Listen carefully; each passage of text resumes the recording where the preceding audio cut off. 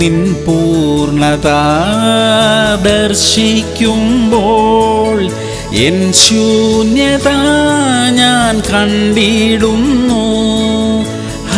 എത്ര ഭാഗ്യം ഈ ജീവിതം, അപ്പാ നിൻ സന്നിധി എത്ര സുഖം.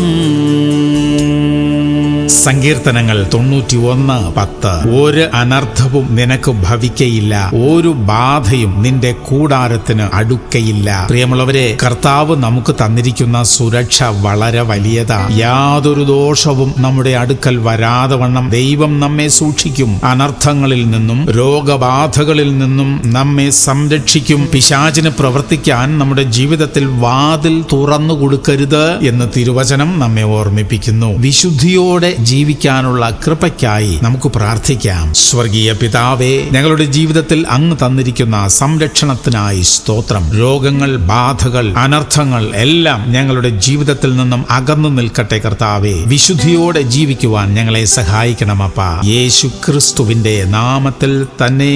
ആമേൻ, ആമേൻ, ആമേൻ.